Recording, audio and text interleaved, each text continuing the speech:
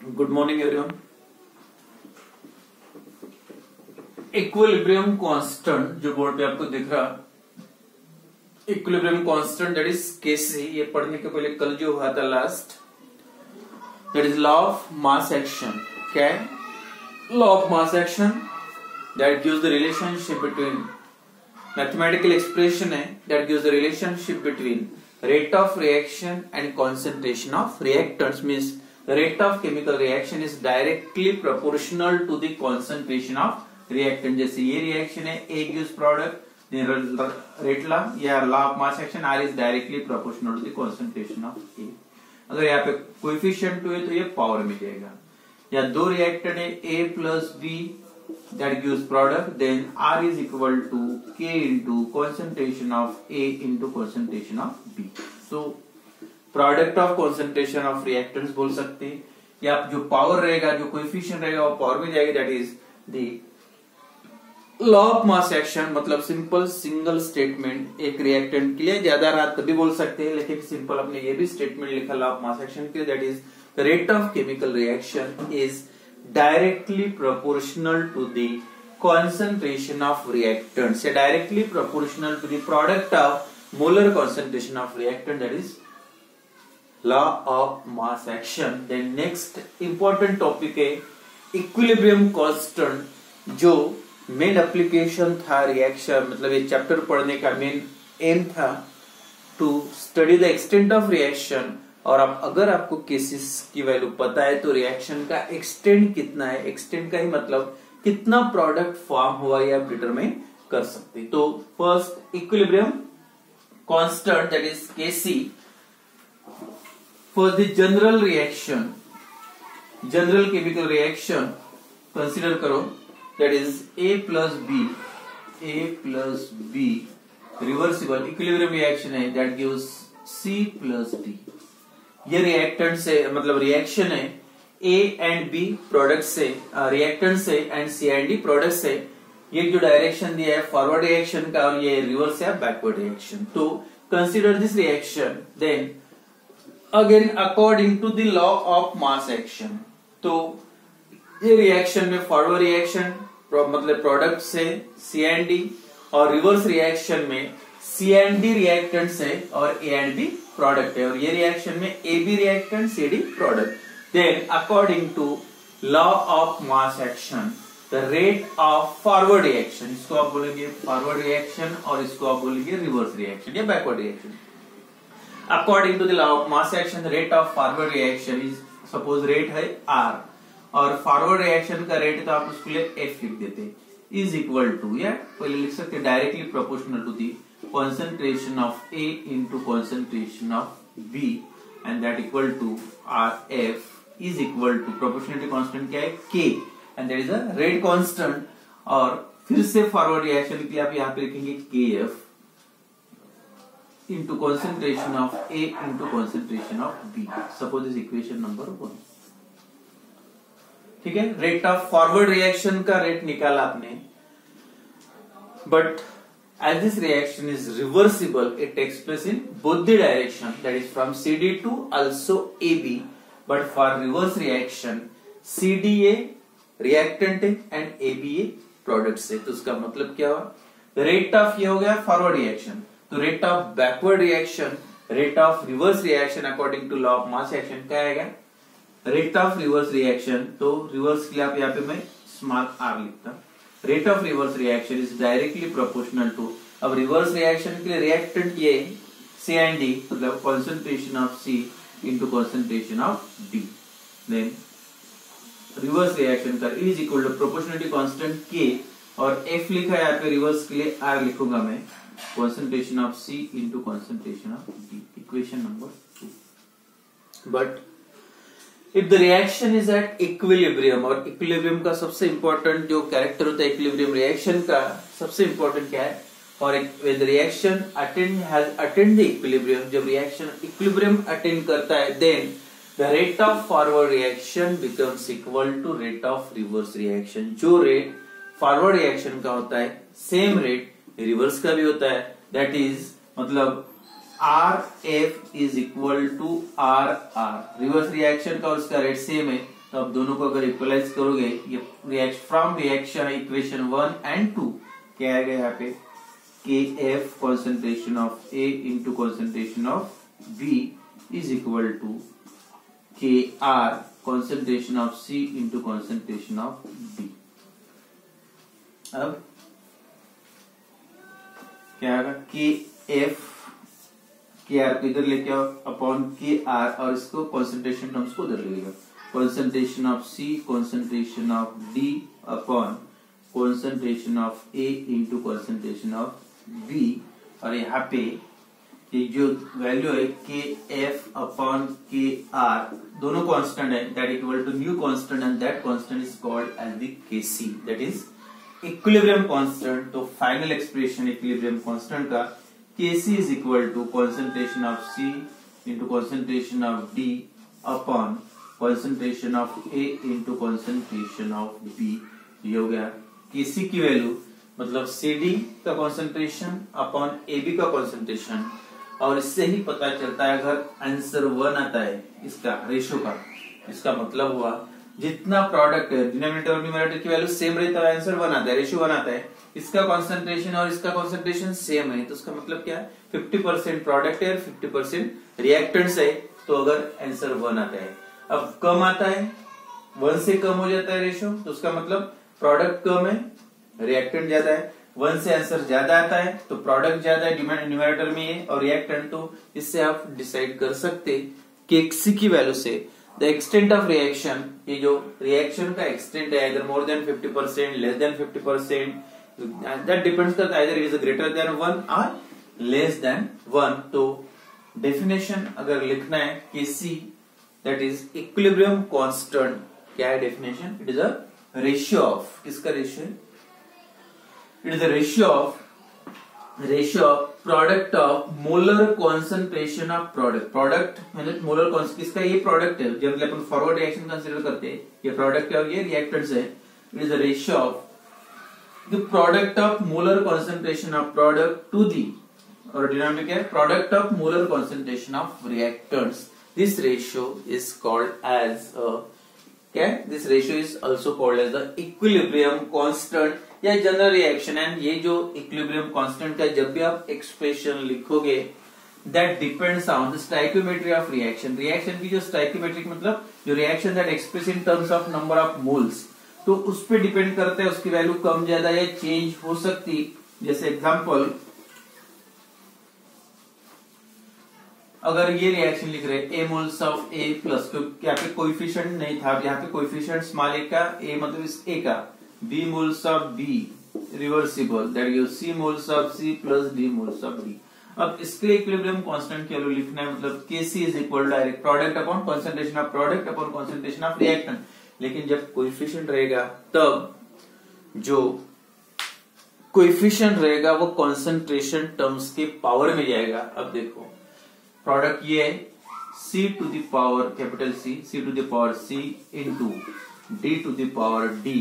Upon concentration of A to the power A into concentration of B to the power B। तो आप definition ये भी लिख सकते हैं, it is a product, KC equilibrium constant is the ratio of product of molar concentration of product to the product of molar concentration of reactants with each concentration terms raised to power is equal to coefficients involved in the reaction। यानी हर concentration term जो है उनका जो power रहेगा वो क्या होगा, power, तो coefficients involved in reaction में CD स्टेप से, तो this value also depends on, अगर ये KC है, अगर यही रिएक्शन आप उल्टा लिखोगे C D, ये रिएक्टेंट है और ये प्रोडक्ट है, कौन सा, A moles of A plus B moles of B, तो इसके लिए KC है, तो इसके लिए दूसरा नाम देंगे KC सपोज डैश है, तो क्या लिखना पड़ेगा, अब ये प्रोडक्ट होगा ये रिएक्टेंट, तो इसका मतलब A to the power A B to the power B upon C to the power C और D to the power B, तो इसका मतलब ये चेंज होगा, रिएक्शन रिवर्स होता है, तो इसकी वैल्यू के, और इसी को अगर वैल्यू लिखोगे तो आप इसका मतलब ये लिख सकते हैं 1 अपॉन KC, ये KC डैश है लेकिन ये उल्टा है तो 1 अपॉन KC, तो मतलब value of KC depends on the number of moles of reactant या फॉर्म ऑफ रिएक्शन, कौन से फॉर्म में रिएक्शन है उसके बेसिस पे KC की वैल्यू चेंज होती है। जैसे कोई भी रिएक्शन के लिए अगर Kc लिखना है, ऑफ इक्विलिब्रियम कांस्टेंट की वैल्यू लिखोगे तो जैसे example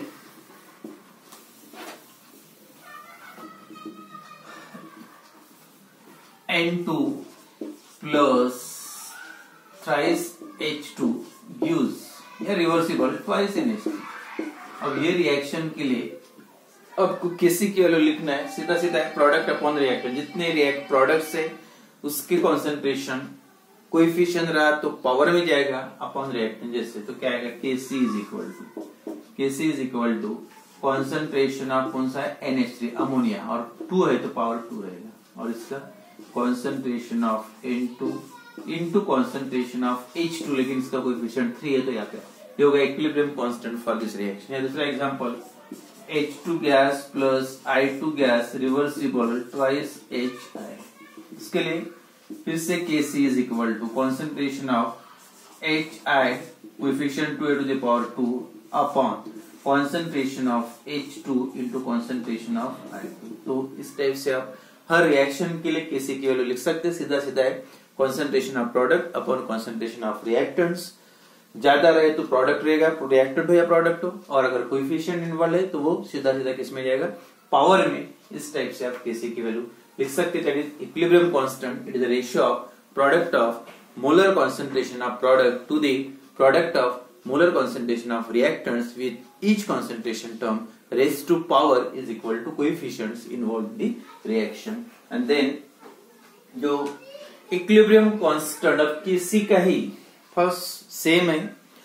equilibrium constant with respect of partial pressure. अब यहाँ पे जो कॉन्सेंट्रेशन टर्म्स लिया जब इससे कोई सॉल्यूशन बनता है तो कितना अमाउंट प्रेजेंट है पर्टिकुलर फिक्स्ड वॉल्यूम के सॉल्यूशन में, that is called the concentration, and that is for liquid solution. Liquid मतलब सॉल्यूशन है, उसमें आपने कोई कंपाउंड डिसॉल्व किया है तो उसमें उसका कॉन्सेंट्रेशन कितना ये ओवर यूज कर। But when the reaction involve gases reactants and products, अगर रिएक्टेंट्स और प्रोडक्ट गैसेस स्टेट में जब होते हैं तब जैसे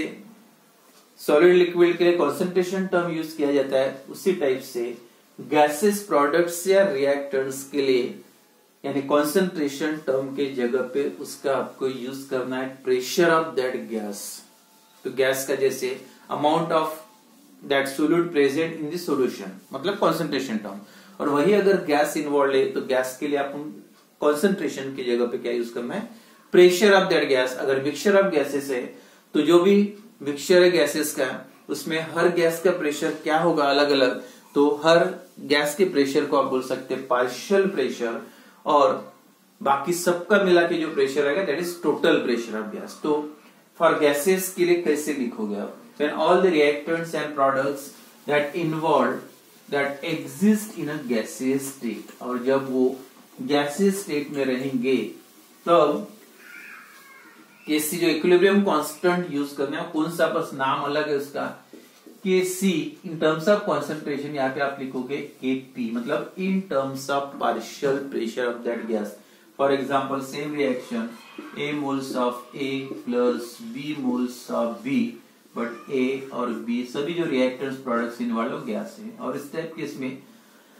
सॉलिड या लिक्विड होगा तो कंसीडर है C moles of C plus D moles of D, ये सभी गैसेस स्टेट है। बस चेंज क्या करना है, कुछ भी नहीं, same instead of Kc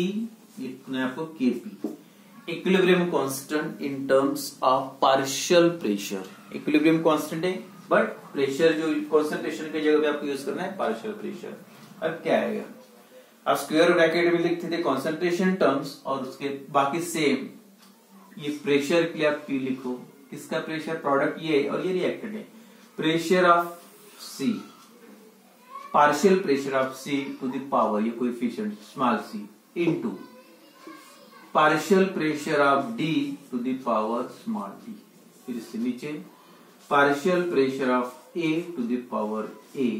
into partial pressure of B to the power. क्या फर्क है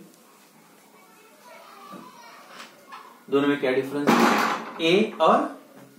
B सेम है, बस स्क्वायर ब्रैकेट की जगह पे मैंने यहाँ पे यूज किया P,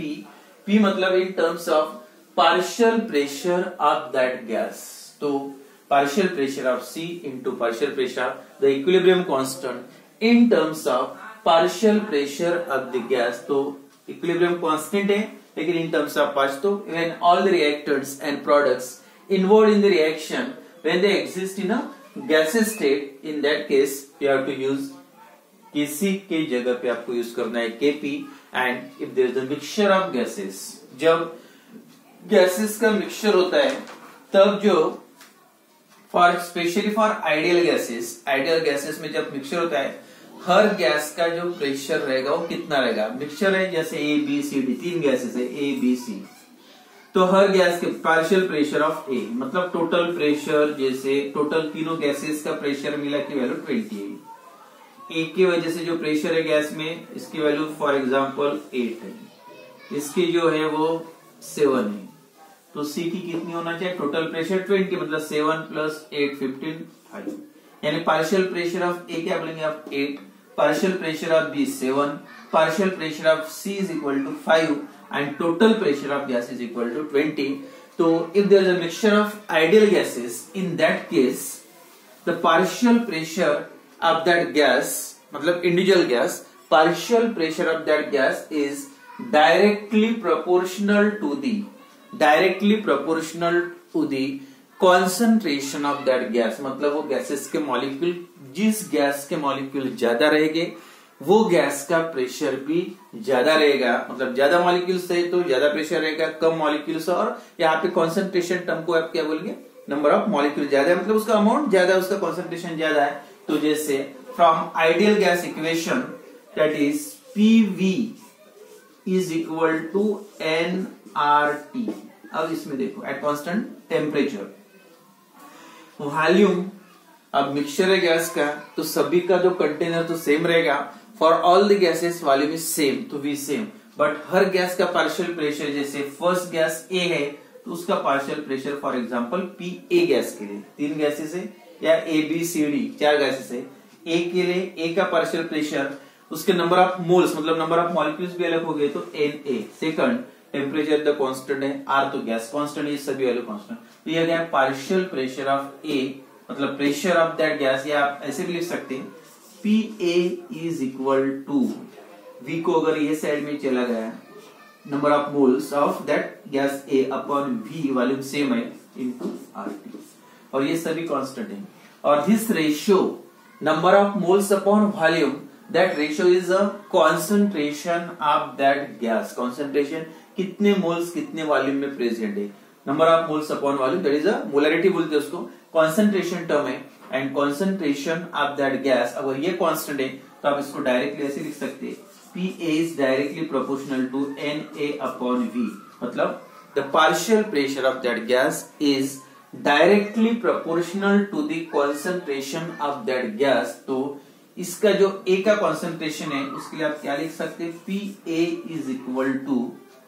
ये कॉन्सेंट्रेशन इसलिए, और ये मतलब कॉन्सेंट्रेशन ऑफ A, तो यही आप ये फॉर्म लिख सकते हैं concentration of A into RT. Okay, ये टर्म कॉन्सेंट्रेशन है और कॉन्सेंट्रेशन कैसे एक्सप्रेस करते हैं स्क्वायर ब्रैकेट में, तो P is equal to A into RT. Similarly PB is equal to उसी टाइप का आएगा concentration of B into RT. Then partial pressure of C is equal to concentration of C into RT. And last the partial pressure of D is equal to concentration of D into RT. इस type से अब जो हर gas का if there is a mixture of gases then partial pressure of each gas is equal to क्या आएगा concentration of that gas into RT. उसके बाद जो एक रिलेशन पढ़ना है आपको, relationship between Kc and Kp. तो उसमें इसका काम आ गया, रिलेशन इंपॉर्टेंट है for entrance point of view से या इसकी जो आपकी 11th की एग्जाम होगी उसके लिए भी. तो ये जो रिलेशन लेना है या अभी भी ले सकते हैं लेकिन थोड़ा ज्यादा टाइम लगेगा, ठीक है. Relation between Kc and Kp. तो से यही से स्टार्ट करते हैं. Relationship between Kc and Kp putting the value of, ठीक है, for the general gases reaction, ये रिएक्शन इसी से कंटिन्यू करते, general gases reaction, reversible reaction, equilibrium reaction, A moles of A react with B moles of B and gives C moles of C plus D moles of D. फिर से equilibrium constant in terms of partial pressure, Kp is equal to, आगे equation same. अब आपको ये पता है but Pc is equal to partial pressure of C is equal to क्या बताया था मैंने, concentration of C into RT, partial pressure of D is equal to partial pressure of D is equal to क्या है, concentration of D into RT। Similarly A का और B का उसके जगह पे ये वैल्यू पुट करते हैं, Kp is equal to, इसके लिए क्या आएगा, concentration of C to the power C, ये पावर स्मॉल c है, टू द पावर C, और यहाँ पे RT to the power also C, ये पूरे इसकी वैल्यू पुट करना है Pc की, और Pc की वैल्यू सबको पावर से आएगा। दूसरा for D, concentration of D to the power D और RT to the power again D upon A का concentration of A to the power A, RT to the power A, concentration of B to the power B, RT to the power B, then is equal to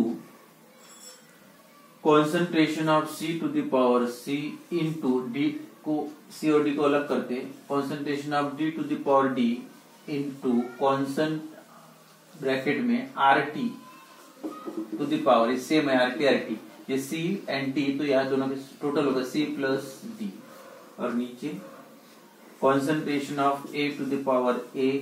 concentration of B to the power B, और यहाँ पे